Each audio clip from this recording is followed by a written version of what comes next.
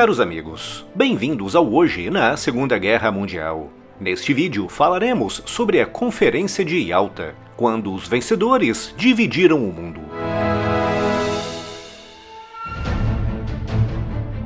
No início de 1945, na frente ocidental, a França e a Bélgica já tinham sido libertadas, com as forças norte-americanas, britânicas e francesas combatendo na Holanda e começando a entrar na Alemanha.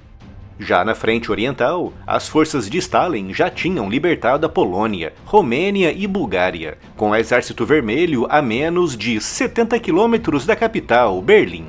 A derrota alemã já era uma certeza garantida, com os aliados se preocupando não sobre como conduzir a guerra, mas sim em como reconstruir e reorganizar o mundo depois daquele terrível conflito.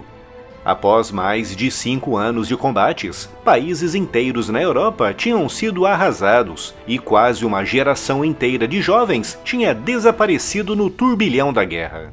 A Europa precisava ser reconstruída e muitos países profundamente afetados tinham de renascer literalmente das cinzas. Mas, acima de tudo, os três principais aliados, conhecidos como os Três Grandes, um grupo naquela época formado por Stalin, Roosevelt e Churchill, precisavam urgentemente conciliar as suas agendas que, em alguns casos, eram profundamente incompatíveis.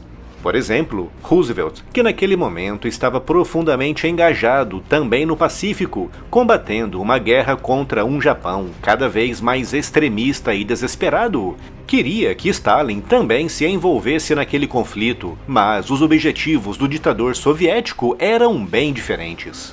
Apesar da gigantesca força da Marinha e da Força Aérea dos Estados Unidos, de longe as maiores do mundo, o fanatismo japonês estava assumindo dimensões assustadoras conforme os Estados Unidos se aproximavam das ilhas principais do Japão.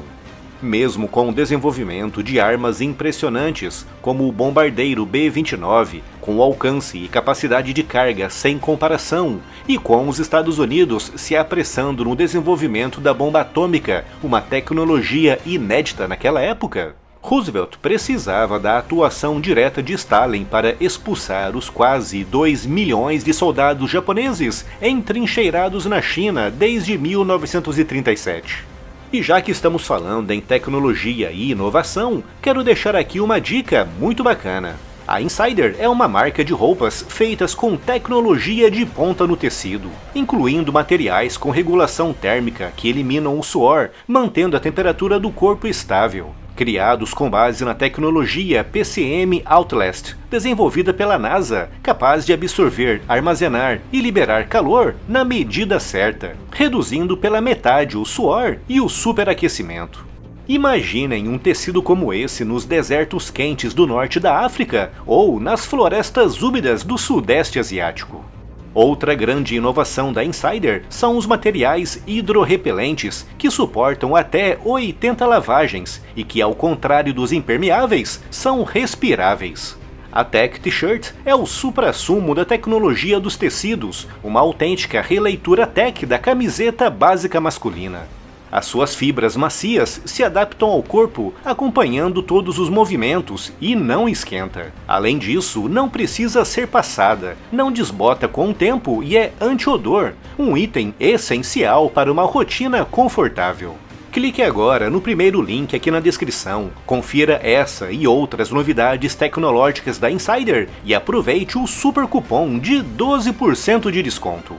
Voltando agora ao tema do vídeo, Stalin não queria mergulhar de cabeça no Pacífico naquele momento, já que a sua atenção estava totalmente voltada para o leste europeu, uma região que ele queria manter dentro da sua esfera de influência para impedir que no futuro aqueles países voltassem a atacá-lo. Objetivos que se chocavam frontalmente com Churchill, que queria garantias de que os países do leste europeu, principalmente a Polônia, pudessem ser livres e 100% democráticos, sem a influência direta de ninguém, principalmente de Stalin.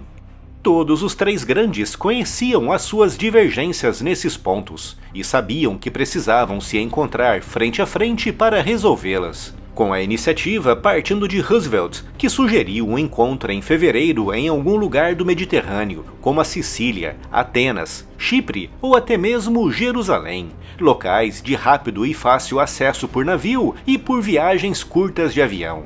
Mas Stalin, conhecido pelo seu medo visceral de voar, motivado principalmente pela sua paranoia envolvendo complôs para matá-lo, insistiu para que o encontro fosse realizado em Yalta, na Crimeia, às margens do Mar Negro. Diante da insistência de Stalin, Roosevelt, mesmo com a sua saúde muito debilitada, aceitou, sujeitando-se a longas e extenuantes viagens. Com isso contribuindo para deteriorar ainda mais a sua saúde, levando à sua morte apenas 2 meses depois do encontro. E assim, em 4 de fevereiro de 1945, com os exércitos aliados esmagando cada vez mais as forças de Hitler, os 3 grandes, Churchill, Roosevelt e Stalin, se reuniram para aquela que ficaria conhecida como a Conferência de Yalta. Como Stalin era o anfitrião, foi o primeiro a debater a sua agenda, afirmando que a Polônia era uma questão de honra para a União Soviética. Foi através da Polônia que Hitler atacou o território soviético, por isso Stalin tinha planos bem específicos para aquela região, e apesar de ter garantido na conferência que a Polônia seria forte e livre, ele já tinha planos muito bem elaborados para o futuro político do país.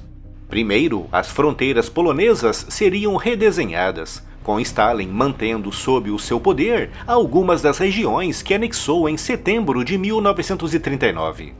Como compensação e também para criar uma zona tampão de proteção maior, o país abocanharia partes da Alemanha, com a Polônia sendo basicamente deslocada um pouco para o oeste. Churchill, que como referi, desejava um leste europeu livre e democrático, foi totalmente convencido pelo discurso de Stalin, com os 3 grandes redigindo em conjunto a Declaração da Europa Libertada, que, dentre outras coisas, previa um continente europeu com eleições livres e democráticas. Mas, como sabemos muito bem, não passava apenas de falácia, com a Polônia e outros países do leste europeu no pós-guerra se convertendo em meros fantoches de Moscou. Roosevelt se dedicou a tentar atrair Stalin para o Pacífico, mas o ditador soviético estava intransigente, impondo uma longa série de condições que incluíam, dentre outras coisas, a anexação da ilha de Sakhalin e das Ilhas Kurilas, tomadas pelo Japão após a derrota russa na Guerra de 1905. Stalin também queria obter de Roosevelt o reconhecimento da independência da Mongólia, com o objetivo de convertê-la em zona tampão para proteção extra contra a China. Mesmo com Roosevelt mostrando-se receptivo a muitas dessas exigências, Stalin decidiu que só entraria na Guerra do Pacífico 3 meses depois da derrota alemã.